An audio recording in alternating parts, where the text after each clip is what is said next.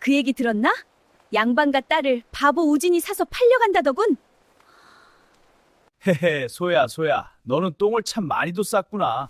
그래, 많이 먹어야 똥도 많이 싸지. 소똥 치우고 먹는 밥이 이렇게도 맛있구먼.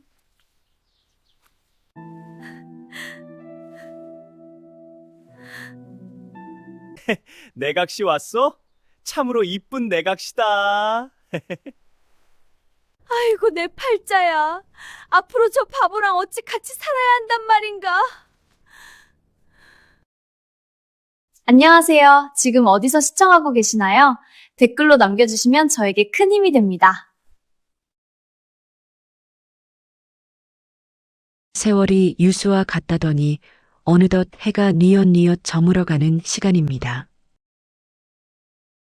오늘 제가 들려드릴 이야기는 저 멀리 경기도 어느 깊은 산골짜기에서 전해 내려오는 기이하고도 가슴 먹먹한 혼인 잔치 이야기입니다. 자, 때는 바야흐로 조선 팔도 구석구석마다 탐관 오리들의 수탈이 극에 달해 백성들의 곡소리가 담장을 넘고 산천을 울리던 시절이었습니다. 나라가 어지러우니 평범한 사람들도 살기가 팍팍한데 하물며 힘없고 가진 것 없는 이들의 처지는 오죽했겠습니까? 오늘 이야기의 주인공은 바로 그런 험난한 시절을 몸소 겪어낸 두 남녀의 기구한 인연에 관한 것입니다. 마을 사람치고 모르는 이가 없는 유명한 사내가 하나 살고 있었습니다. 이름은 강우진이라 하는데 이름석 자보다는 그냥 바보 혹은 실없이 웃기만 하는 놈으로 통하던 사내였지요. 이 우진이라는 작자는 나이가 30이 다 되어 가도록 제 앞가림 하나 못하고 그저 허름하다 못해 걸레짝이 된 누더기를 걸친 채 허허실실 웃으며 온 동네를 누비고 다녔습니다. 우진이의 일터는 마을에서 제일 가는 분홍인 최만석의 집이었습니다. 말이 일터지 사실은 최만석이 던져주는 쉰밥, 한 덩이와 잠잘 수 있는 헛간 한 칸을 얻는 대가로 온갖 굳은 일을 도맡아 하는 머슴살이보다 못한 신세였지요. 우진이가 매일 아침 눈을 뜨자마자 하는 일은 소외양간에 들어가 산더미처럼 쌓인 소똥을 치우는 일이었습니다. 허허, 소야, 너는 참 많이도 쌌구나. 그래, 많이 먹어야 똥도 많이 싸는 법이지. 허허. 우진은 소똥 냄새가 코를 찔러 다른 사람들은 근처에 가기도 꺼리는 그곳에서 마치 향기라도 맡는 사람처럼 실실 웃으며 삽질을 했습니다. 얼굴에는 소똥이 튀어 묻어 있고 손톱 밑에는 때가 새카맣게 끼었어도 그는 그저 세상 시름 하나 없는 사람처럼 웃기만 했습니다. 마을 아이들이 돌을 던지며 바보야 하고 놀려대도 우진은 화를 내기는커녕 오히려 아이들에게 해벌쭉 입을 벌리고 웃어 보이기 일쑤였습니다. 이런 우진을 보며 마을 사람들은 혀를 찼습니다. 쯧쯧, 저 녀석은 부모가 일찍 돌아가신 게 차라리 다행이지. 살아계셨으면 저 꼴을 보고 화병에 벌써 누우셨을 게야. 하지만 우진은 그 비아냥조차 알아듣지 못하는 것인지 아니면 듣고도 흘려보내는 것인지 그저 묵묵히 최만석 집의 마당을 쓸고 똥장군을 졌습니다. 최만석이라는 노인네는 또 얼마나 지독한 구두쇠였던지 우진에게 주는 밥이라곤 늘 뉘가 섞인 보리밥에 소금기 가득한 무짠지 한 토막이 전부였습니다. 그래도 우진은 그 밥그릇을 깨끗이 비우고는 마당과 우물물로 배를 채우며 꾸벅 절을 했습니다. 아유, 배부르다 잘 먹었습니다. 참으로 기가 막힐 노릇이지요.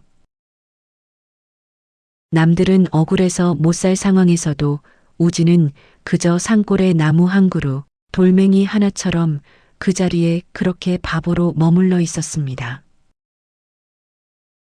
그런데 이 평화롭다면 평화로운, 혹은 비참하다면 비참한 우진의 일상에 커다란 소용돌이가 몰아치기 시작했습니다. 그것은 우진의 잘못도 마을 사람들의 잘못도 아니었습니다. 바로 저 너머 고을에서 불어온 모진 바람 때문이었지요. 이 마을에서 조금 떨어진 곳에 예전에는 떵떵거리며 살았으나 지금은 가세가 기울 대로 기운 양반가가 하나 있었습니다. 그 집에는 설이라는 이름의 아리따운 처자가 살고 있었지요. 설이는 얼굴이 마치 밤하늘에 뜬 보름달처럼 곱고 마음씨 또한 비단결 같기로 소문이 자자했습니다.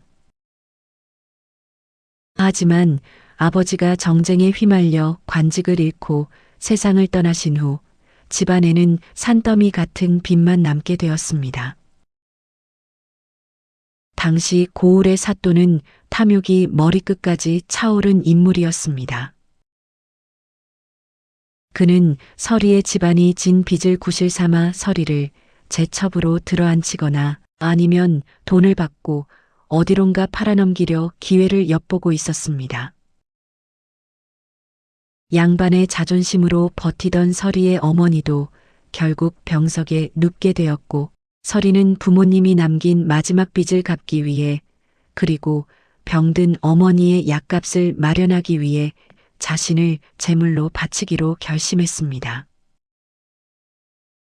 내 팔자가 이리도 박복한 것을 누굴 원망하겠습니까? 차라리 짐승의 먹이가 될지언정 어머니만은 편히 모시고 싶습니다. 설이는 눈물로 밤을 지새우며 고을 사또의 압박을 견뎠습니다. 하지만 사또는 잔인했습니다. 그는 설이를 비싼 값에 팔아넘길 곳을 찾다가 마침 대가 끊길까 걱정하던 마을의 돈 많은 노인이나 혹은 괴상한 취미를 가진 자들에게 설이를 경매하듯 내놓았습니다. 그러다 결국 일이 꼬여 이 소식은 산골 마을 최만석의 귀에까지 들어가게 되었습니다. 최만석은 평소 우진을 부려먹으면서도 마을 사람들로부터 바보 하나 데려다가 노예처럼 부린다는 비난을 듣는 것이 못내 거슬렸던 모양입니다. 그는 생색도 내고 우진을 영원히 제 곁에 묶어둘 요량으로 사또에게 적당한 돈을 치르고 설이를 데려오기로 했습니다. 물론 설이가 양반가 딸이라는 사실은 최만석에게는 그저 비싼 물건을 싸게 산다는 흥정의 대상일 뿐이었지요. 어느 해 진력 마을 어귀에 낡은 가마 한 대가 들어왔습니다. 가마 뒤로는 험상궂게 생긴 장정들이 서너 따라붙어 있었는데 그 모습이 마치 죄인을 호송하는 듯 했습니다. 가마 안에는 고운 비단옷은커녕 소복보다 못한 흰 옷을 입은 설이가 얼굴을 가린 채 흐느끼고 있었습니다. 마을 사람들은 너나 할 것 없이 구경을 나왔습니다. 아니, 저게 누구래? 최참판댁으로 시집오는 각시라는데? 에구, 저런 꽃 같은 처자가 어쩌다가 우리 마을 바보 우진이한테 팔려온다냐? 사람들의 수군거림이 장터를 메웠습니다. 가마가 도착한 곳은 최만석의 집 마당이 아니라 그 집 뒤편에 있는 다뤄져가는 우진의 오두막 앞이었습니다. 우진은 평소처럼 소똥을 치우다 말고 삽을 든 채 멍하니 서 있었습니다. 얼굴에는 여전히 정체 모를 미소가 걸려 있었지요. 가마문이 열리고 설이가 발을 내디뎠을 때 우진은 그저 헤헤 예쁜 누나다 하며 침을 흘렸습니다. 서리는 눈앞의 광경에 정신을 잃을 뻔했습니다. 자신을 기다리는 신랑이라는 존재가 씻지도 않아 고약한 냄새가 진동하고 누더기를 걸친 채 바보처럼 웃고 있는 사내라니요. 서리는 하늘이 무너지는 것 같았습니다. 고귀하게 자란 양반가의 딸이 한순간에 짐승처럼 팔려와 마을에서 가장 천대받는 바보의 아내가 되어야 하는 현실 앞에 그녀는 그 자리에 주저앉아 통곡했습니다. 아이고, 이를 어째. 저각시 팔자가 기구해도 저렇게 기구할 수가 있나? 바보놈은 좋다고 싱글벙글인데 저 여자는 이제 죽은 목숨이나 다름없구먼. 마을 사람들은 혀를 차며 말했습니다. 팔려온 계집이나 바보놈이나 둘이 만나 굶어 죽기 딱 좋구나. 마을 사람들의 말이 비수처럼 서리의 가슴에 꽂혔습니다. 우지는 사람들이 왜 그러는지도 모른 채 그저 서리의 하얀 소매자락에 묻은 흙을 털어주려 손을 뻗었습니다. 하지만 서리는 소스라치게 놀라며 그 손을 뿌리쳤지요. 혼례라고는 하나 동네 사람들의 비웃음 섞인 구경거리가 된 채 치러진 초라한 잔치였습니다. 거적대기 같은 멍석 위에서 대충 맞절을 하고 우진과 서리는 최만석의 집 뒤편 허물어져가는 오두막 신방으로 들었습니다. 방 안에는 눅눅한 곰팡이 냄새가 진동하고 낡은 호롱불 하나가 바람에 파들파들 떨며 위태롭게 빛을 내고 있었지요. 서리는 그 자리에 앉아 하염없이 눈물만 흘렸습니다. 양반가의 귀한 딸로 자라 글을 읽고 예법을 익히던 손에 이제는 바보 신랑의 뒤치다꺼리나 하며 굶어 죽을 일만 남았으니 그 심정이 오죽했겠습니까? 옆에서 우지는 여전히 헤헤 각시야 예쁘다 하며 소매로 콧물을 닦아내고 있었습니다. 서리는 차라리 이대로 혀를 깨물고 죽는 게 낫겠다 싶어 벽을 향해 돌아누운 채 어깨를 들썩이며 서러운 곡소리를 삼켰습니다. 그런데 바로 그때였습니다. 덜컥하고 방문이 안에서 잠기는 소리가 들리더니 방 안의 공기가 돌연 차갑고도 엄숙하게 가라앉는 것이 아니겠습니까? 서리는 깜짝 놀라 뒤를 돌아보았습니다. 그런데 눈앞에 펼쳐진 광경에 그만 넋을 잃고 말았습니다. 조금 전까지 침을 흘리며 바보처럼 굴던 우진이 허리를 꼿꼿이 펴고 가부좌를 틀고 앉아 있는 것이었습니다. 게다가 그 눈빛이 어찌나 매섭고 깊은지 마치 호랑이의 눈처럼 번뜩이며 서리를 꿰뚫어 보고 있었습니다. 우지는 더 이상 해벌쭉 웃지 않았습니다. 오히려 그 어떤 양반보다도 위험 있는 모습으로 입을 열었습니다. 부인, 이제 그만 울음을 그치시오. 내 그대의 젖은 소매를 보니 마음이 참으로 무겁소. 서리는 귀를 의심했습니다. 방금 들린 목소리는 마을 사람들이 비웃던 바보의 말투가 아니었습니다.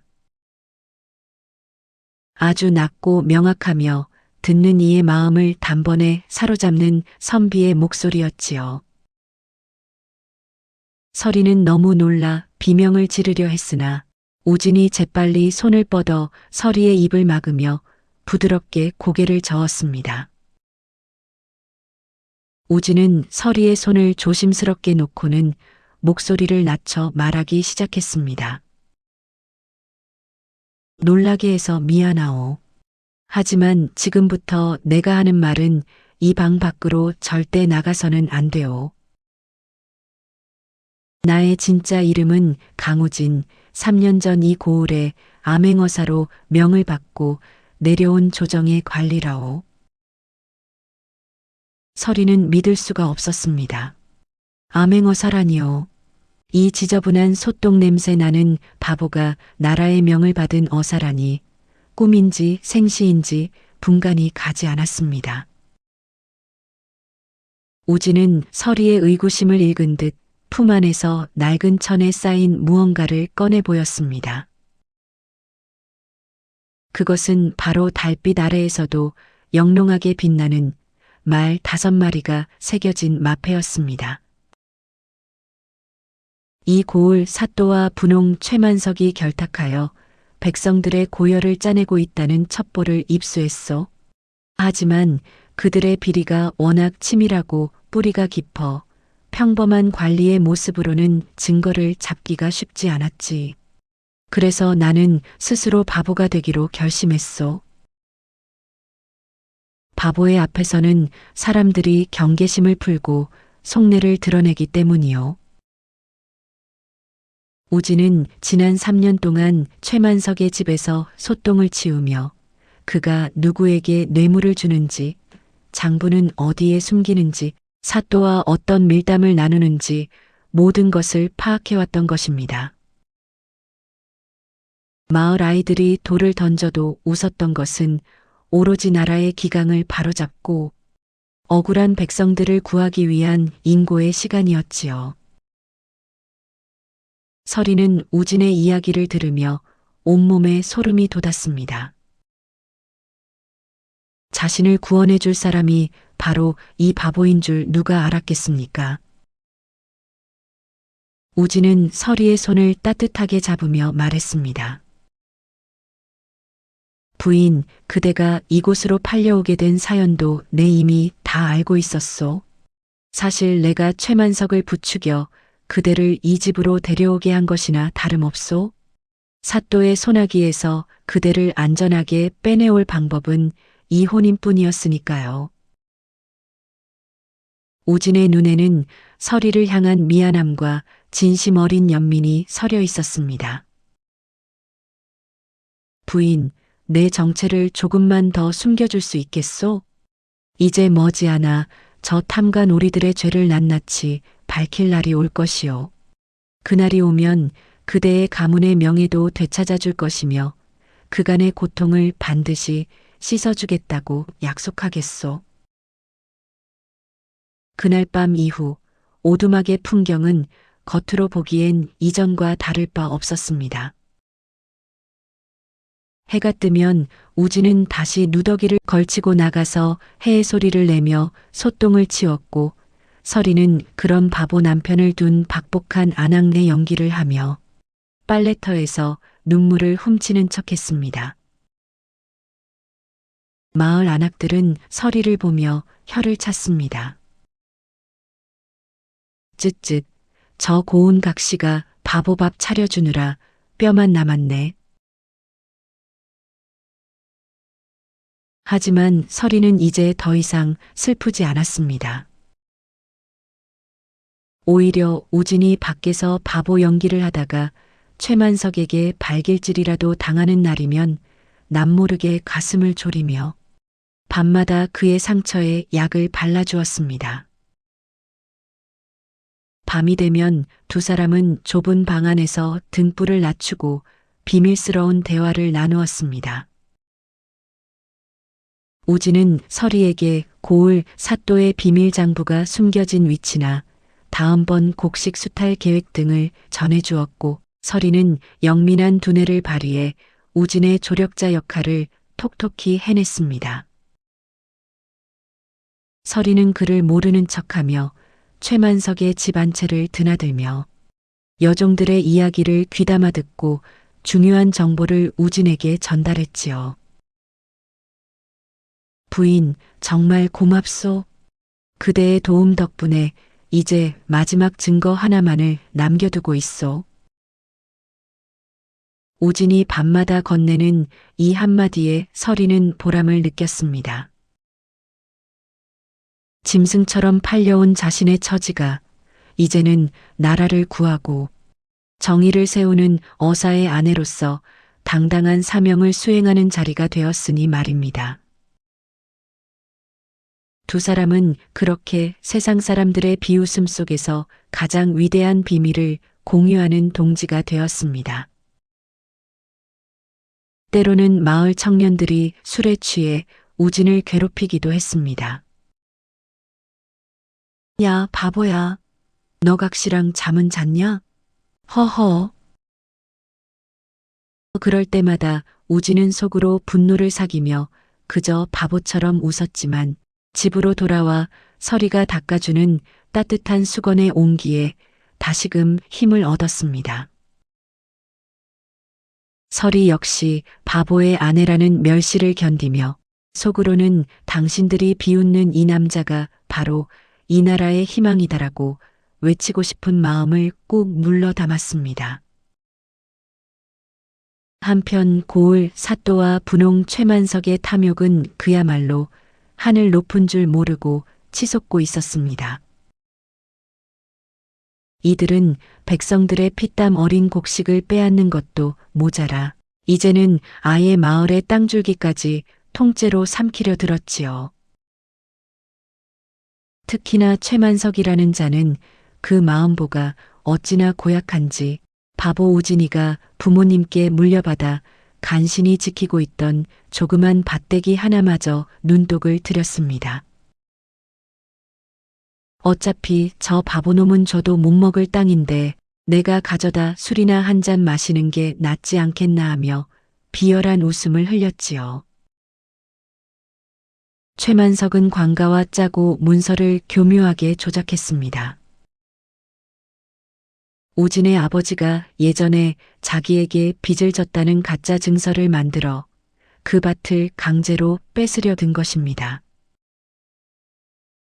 하지만 최만석의 진짜 목적은 따로 있었습니다. 바로 우진의 아내 설이었지요.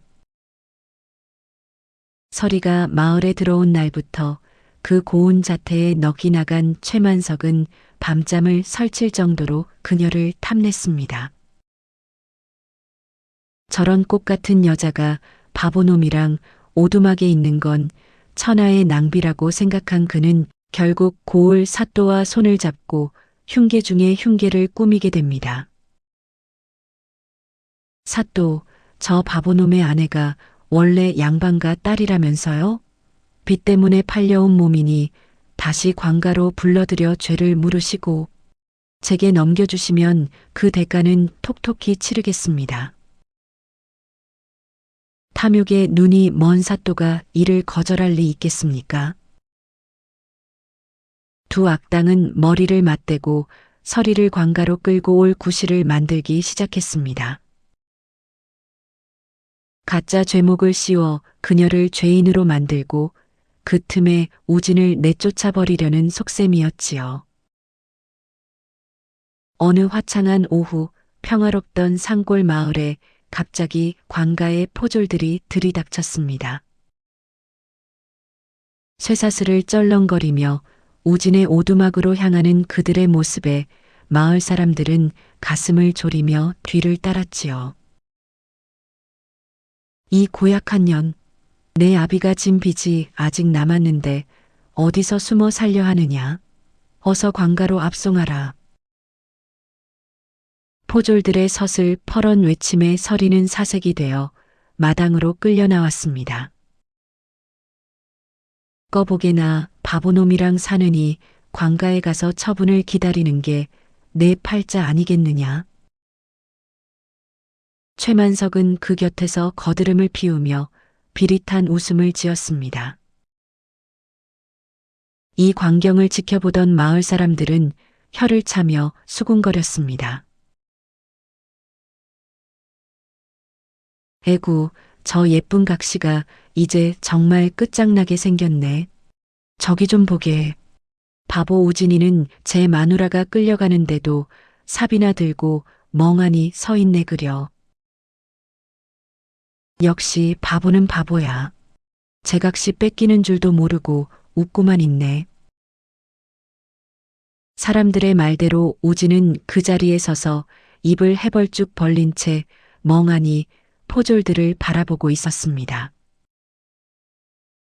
하지만 여러분, 우진의 속마음은 어떠했겠습니까?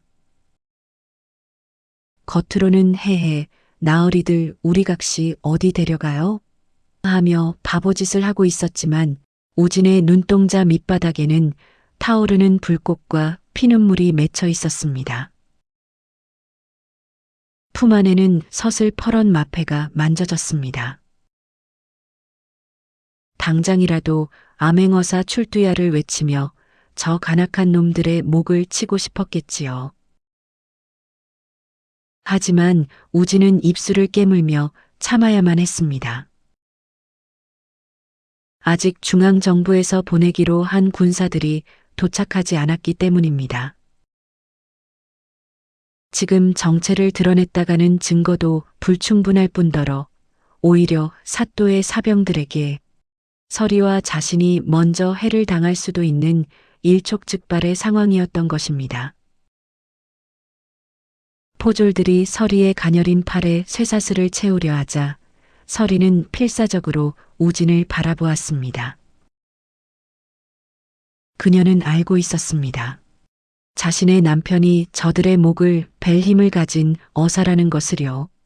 하지만 동시에 지금 정체를 밝히면 모든 계획이 수포로 돌아간다는 사실 또한 영민한 그녀는 잘 알고 있었습니다. 서리는 우진과 눈이 마주친 찰나 슬픈 미소를 지으며 고개를 살짝 가로저었습니다. 나를 위해 당신의 대업을 그르치지 마세요라는 무언의 신호였지요. 우진은 심장이 찢어지는 고통을 느꼈습니다. 사랑하는 여인이 짐승 같은 놈들에게 끌려가는데도 바보처럼 웃고 있어야만 하는 그 심정을 우리 어르신들은 짐작이나 하시겠습니까? 허허, 나으리들. 우리 각시 맛있는 거 사주러 가요?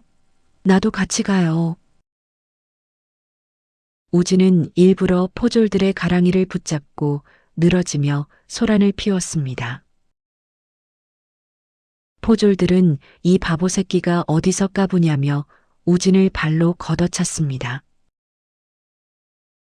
흙바닥에 나뒹구는 우진을 보며 마을 사람들은 비웃었지만 우진은 그 찰나의 소란을 틈타 서리에게만 들릴 듯 말 듯한 목소리로 속삭였습니다.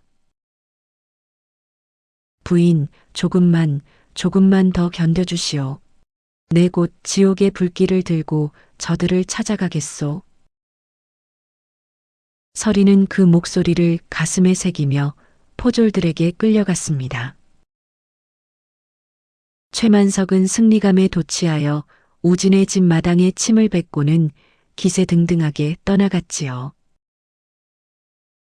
마을 사람들도 하나둘 흩어지고 텅 빈 마당에는 바보 연기를 하느라 흙투성이가 된 우진만이 남았습니다. 우진은 천천히 몸을 일으켰습니다. 그의 눈에서 더 이상 바보의 기운은 찾아볼 수 없었습니다. 그는 품 안의 마패를 으스러지도록 움켜쥐며 해가 저물어가는 고을 관아 쪽을 매섭게 노려보았습니다. 군사들은 아직 도착하지 않았고 안에는 호랑이 굴로 끌려갔습니다. 그야말로 벼랑 끝에 몰린 상황이었지요. 고을 관아 마당은 아침부터 구경 나온 사람들로 인산인해를 이루었습니다. 하지만 그 분위기는 잔치라기보다는 초상집처럼 무겁고 살벌했지요. 단상 위에는 탐욕스러운 사또가 거만하게 앉아 수염을 만지고 있었고 그 옆에는 승리감에 도취한 분홍 최만석이 입가에 비열한 미소를 띠고 서 있었습니다. 마당 한가운데는 가련한 서리가 포박된 채 무릎을 꿇고 있었습니다. 최만석은 마치 제 물건을 확인이라도 하듯 서리의 가녀린 손목을 거칠게 잡아 끌며 소리쳤습니다. 사또, 이 계집은 아비의 빚을 갚지 못한 죄인이니 마땅히 관비로 삼아 그 몸값을 치르게 해야 합니다. 그리고 그 바보놈의 밭대기도 원래는 제 것이니 오늘 당장 돌려받게 해주십시오. 사또는 기다렸다는 듯이 형판을 두드리며 판결을 내리려 했습니다. 듣고 보니 최만석의 말이 구구절절 옳도다. 저 계집은 관비로 삼고 바보 오진의 밭은 즉시 최만석에게 귀속시키노라. 이 말도 안 되는 처사에 구경하던 백성들은 가슴을 치며 탄식했습니다. 천벌을 받을 놈들, 저 어린 처자를 사지로 몰아넣고 바보의 재산까지 뺐다니. 하지만 권력 앞에 백성들은 그저 숨죽여 울 뿐이었지요. 서리는 눈을 지그시 감고 속으로 남편의 이름을 불렀습니다. 서방님, 정녕 이대로 끝이란 말입니까?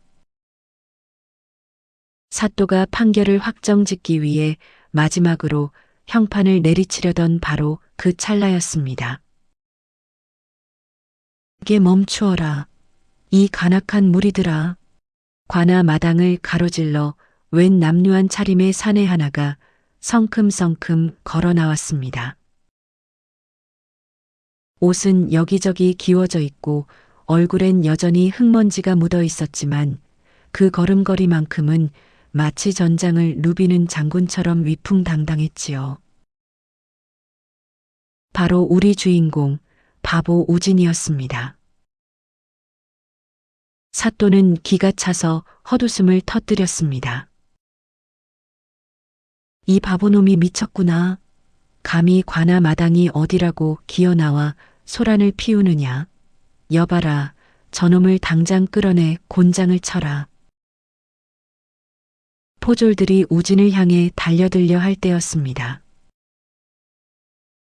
우진은 걸음을 멈추고 허리를 꼿꼿이 폈습니다. 그리고는 천천히 품속으로 손을 집어넣었지요. 최만석은 그 와중에도 조롱했습니다. 어이구, 바보야. 거기서 떡이라도 꺼내 먹으려고 그러느냐? 허허.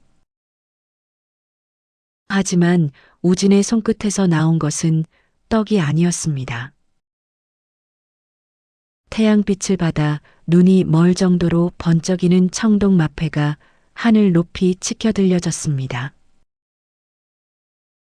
우진의 입에서 터져나온 목소리는 산천을 뒤흔들 듯 우렁찼습니다. 암행어사 출두야. 역졸들은 들어라. 암행어사 출두야.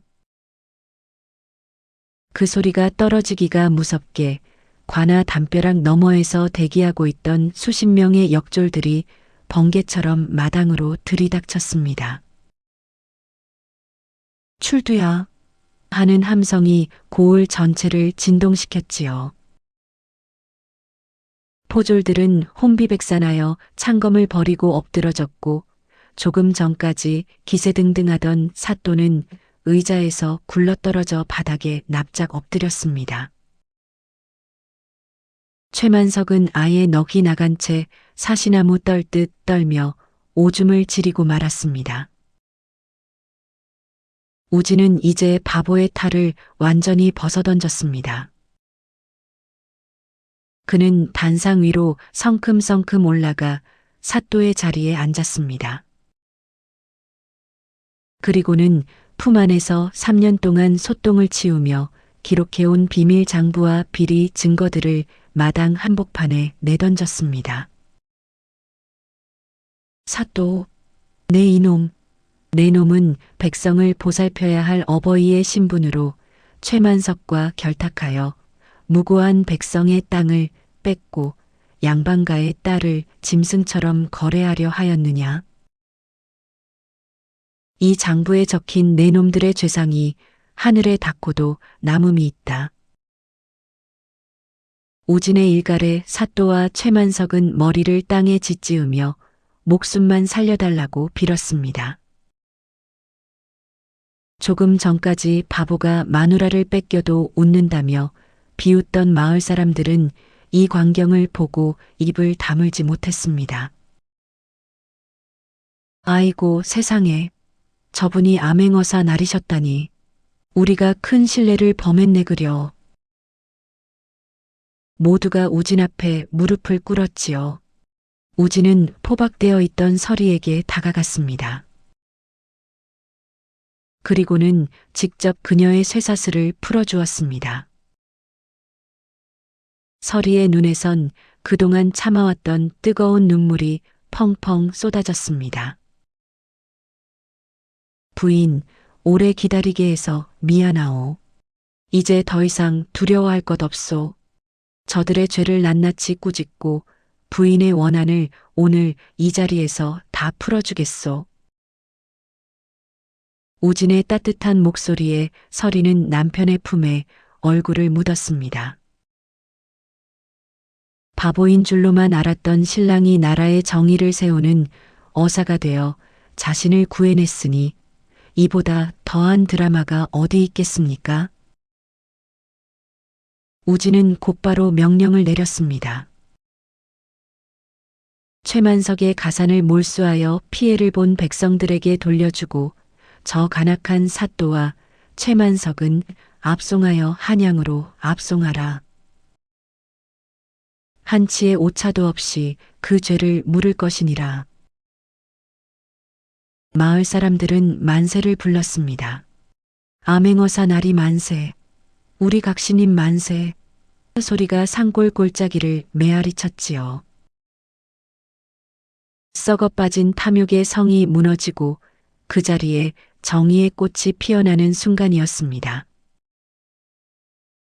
소똥 냄새 나던 바보의 오두막은 이제 전설이 되었고 고울의 눈물은 시원한 소나기에 씻겨 내려가듯 사라져버렸습니다. 암행어사의 마패가 관아 마당을 비춘 그날 이후 고울의 풍경은 그야말로 천지개벽하듯 바뀌었습니다. 백성들의 고열을 짜내 제 배만 불리던 사또와 최만석은 굴비 엮이듯 줄줄이 포승줄에 묶여 포도청으로 압송되었지요. 그들이 길을 떠날 때 마을 사람들은 너나 할 것 없이 돌을 던지고 침을 뱉으며 그간 쌓인 한을 풀었습니다. 우진 어사는 가장 먼저 최만석이 부정한 방법으로 빼앗았던 곡식 창고를 활짝 열었습니다. 이 곡식들은 원래 주인인 백성들의 것이다. 한 사람도 굶주리는 이 없도록 고루 나누어 주어라. 어사나리의 명령에 마을에는 오랜만에 밥 짓는 연기가 끊이지 않았고 굶주렸던 아이들의 얼굴에도 웃음꽃이 피어났습니다. 한편 우진을 바보놈이라 부르며 돌을 던지고 비웃던 마을 사람들은 이제 고개를 들지 못했습니다. 그들은 우진이 머물던 낡은 오두막 앞에 구름처럼 모여들어 바닥에 납작 엎드려 용서를 구했지요. 어사나리, 저희가 눈이 멀어 나리인 줄도 모르고 큰 죄를 지었습니다. 부디 목숨만은 살려주십시오. 우진은 그들을 향해 예의 그 허허실실한 미소를 지어 보였습니다. 하지만 그 미소는 예전의 바보 같은 웃음이 아니라 모든 것을 포용하는 바다와 같은 선비의 미소였습니다. 허허, 여러분.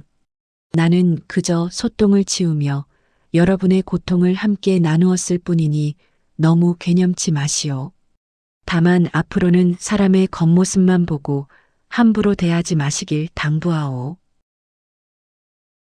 모든 뒷정리가 끝나고 한양으로 떠나기 전날 밤, 우진은 서리의 손을 꼭 잡았습니다. 이제 서리는 더 이상 누더기를 기우는 안악이 아니었습니다. 우진이 정성껏 마련해준 고운 비단옷을 입은 그녀의 모습은 마치 하늘에서 내려온 선녀와도 같았지요. 부인, 참으로 고생 많았소. 소똥 냄새 나는 바보 곁에서 눈물로 밤을 지새우게 한 이 못난 남편을 용서하시오. 이제 부인은 더 이상 바보의 아내가 아니라 이 나라 어사 강우진의 정경 부인으로 당당히 고개를 들고 사시오. 우진의 진심 어린 고백에 서리는 눈시울을 붉혔습니다. 서방님, 저는 바보 신랑일 때에 당신도 진심으로 존경했습니다. 이제 당신의 곁에서 평생 당신의 뜻을 받들겠습니다. 두 사람은 달빛 아래서 서로의 마음을 다시 한번 확인하며 그간의 모진 풍파를 씻어냈습니다.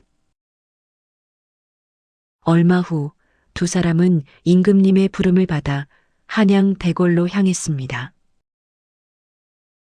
임금께서는 3년이라는 긴 시간 동안 바보로 위장하여 지방의 비리를 척결한 우진의 공로를 크게 치하하셨지요.